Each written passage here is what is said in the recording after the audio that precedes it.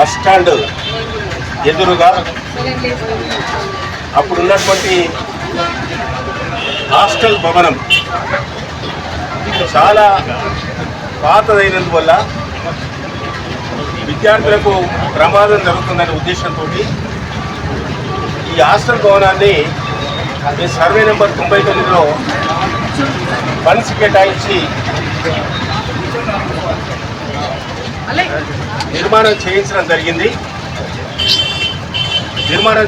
జరిగింది.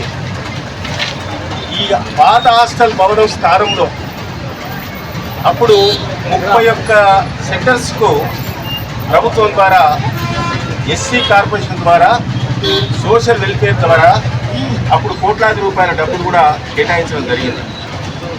తర్వాత ఇంకా 4 షాపింగ్ కాంప్లెక్స్ కూడా నిర్మాణానికి రెండవసారి కూడా డబ్బులు కేటాయించడం జరిగిందనే విషయాన్ని ఈ సందర్భంగా తెలియజేస్తా ఉన్నాను.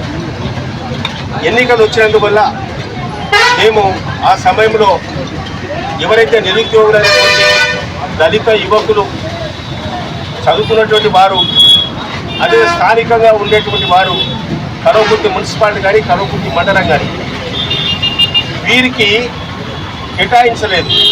ఎన్నికలు వచ్చాయి, ఎన్నికల కోడ్ వచ్చింది, షెడ్యూల్ వచ్చింది కాబట్టి ఆ రోజు కేటాయించలేకపోయినాం. కానీ మాయంలో పూర్తి చేయించడం జరిగింది.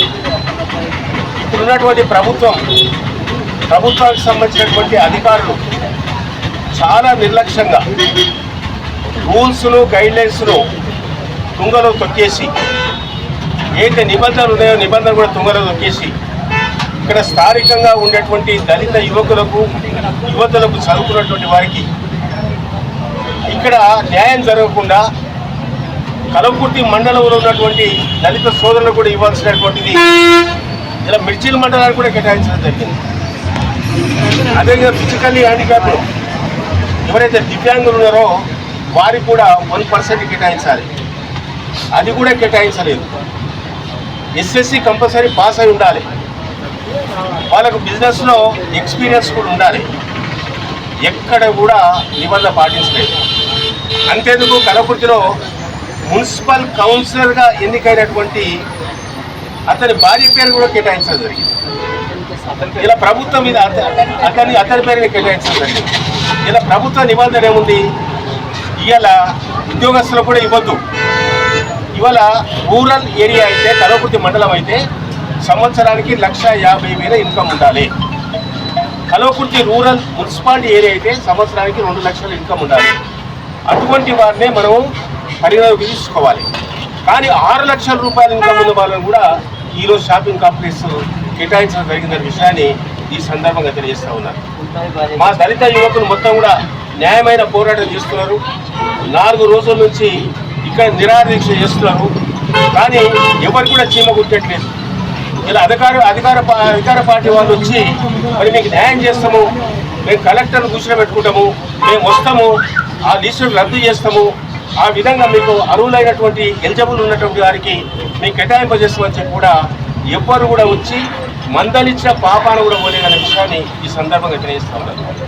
నాగర్ కర్నూలు కలెక్టర్ ఆఫీస్లో గతంలో ఉన్నటువంటి కలెక్టర్ గారికి ఒక రిప్రజెంటేషన్ పంపిస్తే సంతోష్ కుమార్ గారు 10 మంది సుధాకర్ చెప్పినట్టు 99 సర్వే నెంబర్ అయితే భూములు కేటాయించారో భూములు పోయినటువంటి వారి కుటుంబ సభ్యులకు 10 మందికి షాపింగ్ కాంప్లెక్స్లో షాపులు కేటాయించాలని కూడా గత కలెక్టర్ కూడా దానికి మరి సర్కులర్ కూడా ఇష్యూ చేయడం జరిగింది.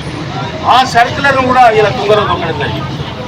ఇవాళ మేము డిమాండ్ చేస్తూ ఉన్నాం, దీంట్లో ప్రభుత్వం కల్పించుకోవాలి.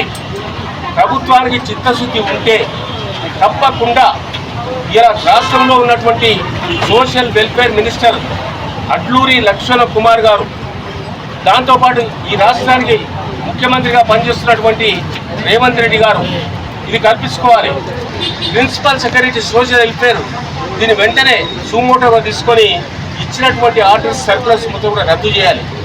రద్దు చేసి న్యాయంగా ఎవరికైతే రావాలో వారికి వచ్చే విధంగా మళ్ళొక్కసారి కాల్ఫార్ చేసి నిజంగా ఎవరైతే ఎలిజిబుల్ ఉన్నారో వారికి ప్రభుత్వం విధించినటువంటి షరతుల ప్రకారంగా వారికి న్యాయం చేయాలని ఈ సందర్భంగా మేము డిమాండ్ చేస్తూ ఉన్నాం.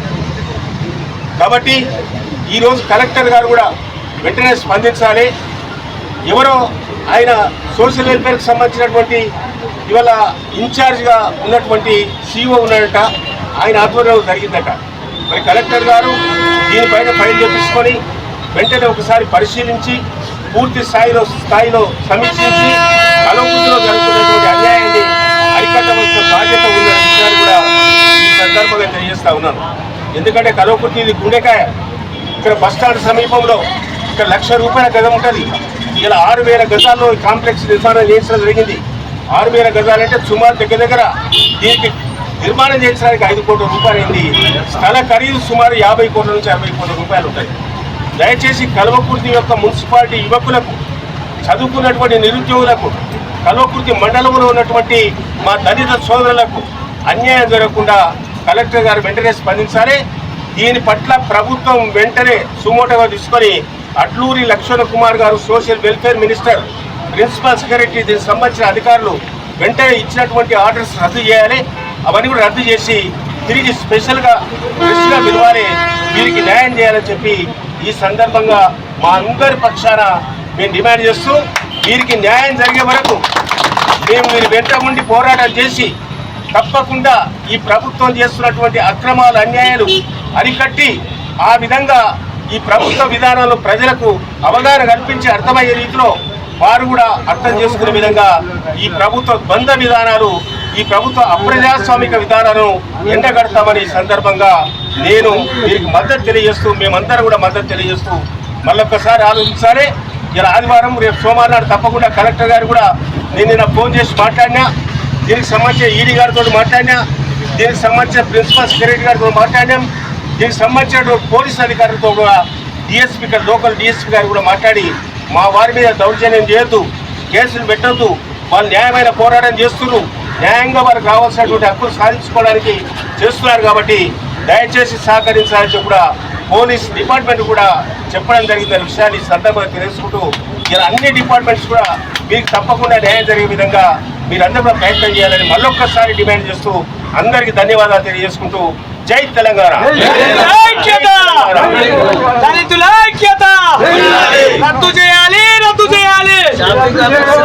ఈరోజు 4వ రోజు షాపింగ్ కాంప్లెక్స్ విషయంలో దీక్షలు చేపట్టాం. ఈ దీక్షల ముఖ్య ఉద్దేశం ఏంటంటే, ఈ యొక్క షాపింగ్ కాంప్లెక్స్ నిర్మాణం కార్యక్రమంలో అప్పుడు మన జయప్రద గారి ఆలోచన విధానం ఏంటంటే షాపింగ్ కాంప్లెక్స్ నిర్మాణం జరిగిన తర్వాత కొన్ని పరిణామాల వల్ల, కొన్ని అనుకోని సంఘటనల వల్ల కొద్దిగా లేట్ అయ్యి ప్రభుత్వం చేంజ్ అయింది. అయినా కూడా ఇప్పుడు ప్రభుత్వం వారు ఏం చేశారంటే గత 4 నెలల క్రితం ఒక నోటిఫికేషన్ జారీ చేశారు. ఏమని జారీ చేశారంటే, కల్వకుర్తి టౌన్లో నిర్మాణమైన 34 షాపింగ్ కాంప్లెక్స్ ప్రకారం మీరు మండలు ప్లస్ టౌన్ వాళ్ళు అప్లై చేసుకోవాలని ఒక నిర్ధారణ, ఒక నోటిఫికేషన్. ఆ నోటిఫికేషన్ మేమేం చేసినామంటే, కల్వకుర్తి మండల్ టౌన్ వాళ్ళ మొత్తం కలిసి 280 మంది అప్లై చేసుకున్నాం. అప్లై చేసిన తదనంతరము 23/4/2026 రోజు మీరు ఇంటర్వ్యూలకు అటెండ్ కావాలని అందరికీ మెసేజ్ పాస్ చేసింది కలెక్టరేట్ ద్వారా. అంటే మెసేజ్కు మేము అందరం ఇంటర్వ్యూకి వెళ్ళాం. ఇంటర్వ్యూలోకి వెళ్ళిన తర్వాత ఏం జరిగింది, ఒకటే ఉద్దేశం. అందులో ఫస్ట్ అప్లై చేసినప్పుడు కొన్ని డిమాండ్స్ పెట్టారు. అర్బన్ రూరల్ అంటే టౌన్ వాళ్ళకు 2 లక్షల లోపు ఇన్కమ్ ఉండాలి, మండల వాళ్ళకు 1,20,000 లోపు ఉండాలి. అదేవిధంగా ఎస్సీ నిరుద్యోగుల లోపల ఉన్న హ్యాండిక్యాప్లకు ఒకటి ఇవ్వాలి, ప్లస్ బీసీసీకి ఒకటి ఇవ్వాలి అని ఒక జీవో పాస్ చేసి ఆ జీవో బేసిక్గా నోటిఫికేషన్ చేయాలి. అట్టి నోటిఫికేషన్ పైన ఇంటర్వ్యూకి వెళ్ళేసిన తర్వాత మరి ఎలాంటి ఇన్ఫర్మేషన్ లేకుండా ఒక కలెక్టరేట్ ఆఫీస్కి వెళ్ళి సాయి అనే జూనియర్ అసిస్టెంట్ కాల్ చేసి మొన్న 21 రోజు సోమవారం రోజు కాల్ చేసి 22 నాడు మీ డీటెయిల్ తీసుకొని రండి, మీకు షాప్ అలాట్ అయింది అంటే మాకు ఎవరికి అర్థం కాలేదు. అట్టి విషయం పైన నోటిఫికేషన్ వేసినప్పుడు ఒకటి ప్రభుత్వ చట్ట ప్రకారము, కలెక్టర్ జీవో ప్రకారము ఒక ఇంటర్వ్యూలో అయిన నోటిఫికేషన్ ఎక్కడెక్కడ ఇవ్వాలి, ఒక కలెక్టరేట్ ఆఫీస్లో వేయాలి, ఒక మున్సిపల్ ఆఫీస్లో వేయాలి, ఒక ఎంఆర్ఓ ఆఫీస్లో, ఒక మన ఇలాంటి నోటిఫికేషన్ నోటీస్ బోర్డుల పైన ఎక్కడ వేయకుండా కాల్స్ మాత్రం వచ్చాయి. ఈ కాల్స్ పై మేము కలెక్టర్ గారి పోయి అడగడానికి కలెక్టర్ లీవ్ లేదు. తర్వాత జేసీ గారి దగ్గరికి ఈడీ గారు ఎవరు మాకు అందుబాటులో రాకపోతే మొన్న మా సంఘాల ద్వారా ఎంఆర్పీ మాలమార్ సంఘాల ద్వారా 23 నాడు వెళ్ళడం జరిగింది. వెళ్ళి అక్కడ నిలదీసినప్పుడు మాకు లిస్ట్ ఇచ్చారు.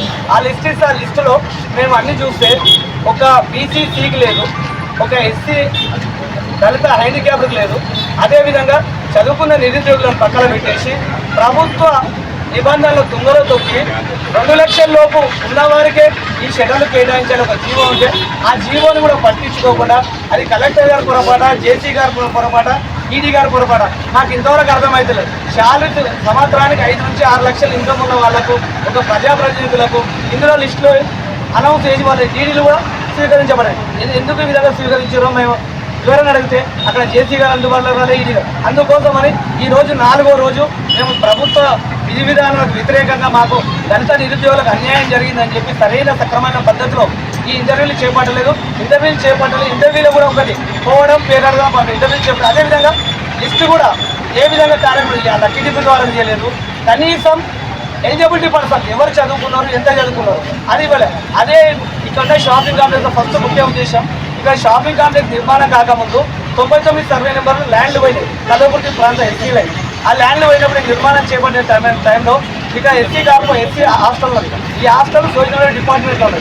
సోషల్ వెల్ఫేర్ డిపార్ట్మెంట్లో అప్పున చేపల అన్న గారు మమ్మల్ని పిలిపించి 2014-13లో ఇక్కడ బీడీ కాలేజ్, డిగ్రీ కాలేజ్ మేము నష్టపోతారంటే మేము అంటే కాలేజ్ నిర్మాణం కోసము ఇక్కడ కాలేజ్ నిర్మాణిస్తూ మా పొలాలు పోయిన దగ్గర 99 నిర్మాణం చేపించి ఇది మా ఎస్సీ షాపింగ్ కాంప్లెక్స్ కోసం కేటాయించాలని చెప్పి అప్పుడు గిరిజాశంకర్ 2014 గిరిజాశంకర్ కలెక్టర్ గారు అప్పుడు చేపరన్న ప్రోత్సాహంతో అన్న నైట్ 9 గంటలకు కూర్చొని మాకు ఈ యొక్క ప్లేస్ని షాపింగ్ కాంప్లెక్స్ కేటాయించాలని చెప్పి social department SC corporation hand over చేసి మాకు నిర్మాణానికి నిధులు కేటాయించి ఇక్కడ చేపట్టారు. అందుకోసం మనం ఏమో డిమాండ్ చేసాం, ఆ ల్యాండ్లు పోయినాయి కాబట్టి ఇక్కడ మాకు పిఐటీ ఇచ్చి ఆ ల్యాండ్లు పోయిన వ్యక్తులకు ఇక్కడ షాపింగ్ కాంప్లెక్స్ ఇవ్వాలని.